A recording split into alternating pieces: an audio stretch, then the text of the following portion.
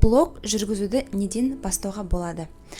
Мен ең алғашқы эксперттік видеомды осы темадан бастағым келеді. Неліктен? Себебі менің дерегімнің 80% осы сұраққа негізделеді. Қазіргі біздің қазақтар енді түсінді, Инстаграмда табыс табуға болады екен, Инстаграмда ақша бар екен, бизнес екен енді түсініп жатыр. Блогер болу деген керемет екен, соны да түсініп жатыр. Сондықтан барлығы блогер болғысы келеді, блог құрғысы келеді, бірақ немен айналысады, қандай бағытта, қалай, не істеп жүрем, неме сторис салам, неме пост салам деп барлығының бір проблемасы осы. Блогты неден бастасам болады деген сияқты. Сіздерге міне дайын формула берейін, блогты неден бастауға болатынын. Екі-ақ нәрсе бар, екі-ақ сұрақ бар. Бірінші сұрақ: блог мақсаты.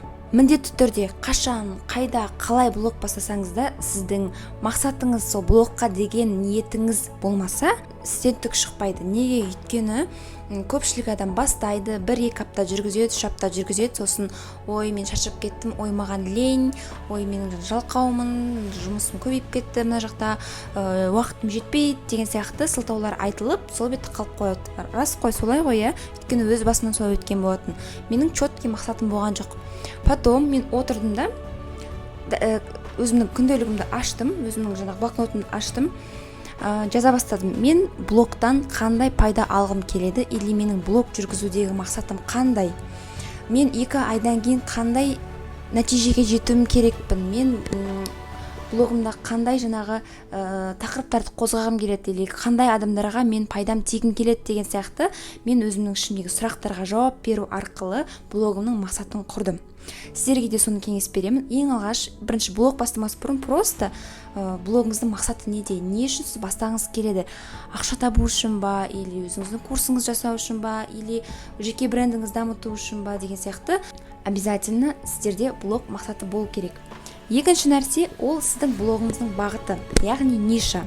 Ниша деген не? Ниша деген ол сіздің тақырыбы, блогыңыздың тақырыбы. Нишаны таңдау көпшілік адам қиынға соғады, бірақ нишаны қалай таңдау керек, қандай лайфхактар бар екенін мен сіздерге келесі видео сабақта түсіндіріп айтып беремін.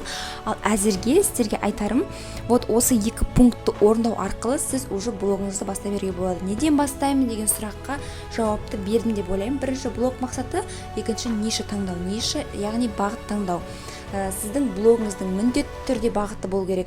Қазір көбісі айтады, ой, мен лайфстайл блогер болғым келеді, өз өмірімді өзім не істеп жатқанымды салғым келеді деген сияқты. Сіздерге бір жаман жаңалық айтайын. Ондай лайфстайл формат қазір ешқандай эксперттіліксіз, ешқандай бағытсыз ешқайда келмейді. Қазіргі суперзвезда блогерлер өздерінің не істеп жүргендерін салады ғой күнделікті. Оларға можно, олар уже өздерінің аттарын шығарып алған, жеке брендтері бар, үлкен сондай бір нелер, үлкен кісілер, иә.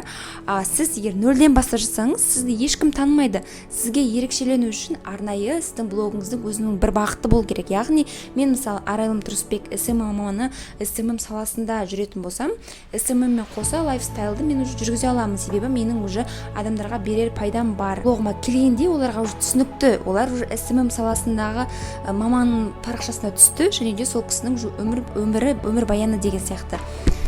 Сізде де өзіңіздің бір бағытыңыз болу керек. Мысалы, бьюти блогер, немесе психолог, немесе стилист блогер, немесе фуд блогер деген сияқты сіздің парақшаңыз бір сегмент аудиторияға бір пайда әкелетін бағыт болу керек. Обязательно бір адамдар тек қана пайдалы нәрселерге, пайдалы парақшаға, өзіне пайда ала алатын парақшаға ғана тіркеледі қазіргі кезде. Сондықтан сіздердің парақшаларыңызда міндетті түрде осындай пайдалы бір бағыт болу керек. Сол бағыт таңдайсыздар и все. Дальше уже оформление профиля, визуал, сторис, пост деген сияқты дальше кете береді. Ең басты маңызды нәрсе осы 2 нәрсе, себебі осы екеуі біздің фундаментіміз, ары қарай уже бізде қосымша элементтер кетеді, оның барлығын уақыт өте келе үйреніп алуға болады.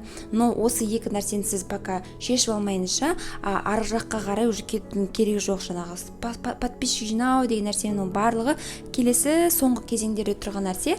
Ең басты нәрсе, сіздерге айтарым, 2 нәрсені жасасаңыздар, все, уже сіздердің 50% блогтарыңыз дайын тұр деген сөз. Сонымен көпке ұзатпай, мен осы видеомды аяқтаймын. Менің вообще ютубтағы мақсатым 1,45 сағаттық лекциялар емес, осындай 3-4-5 минуттық видеоларды жасап, адамдарға көргендеріне жеңіл, жаңағы түсінгендеріне де жеңіл болатындай ыңғайлы форматта жүргізу болатын YouTube каналымды. Сондықтан сіздерге мына видео өте пайдалы, қызықты болды деп ойлаймын.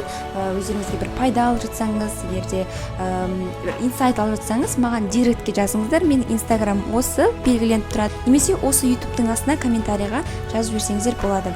Бұйырса келесі сабақтарда блог бастаудың келесі этаптарын айтатын боламын. Видеоларымды жіберіп алмаңыздар. Сау болыңыздар.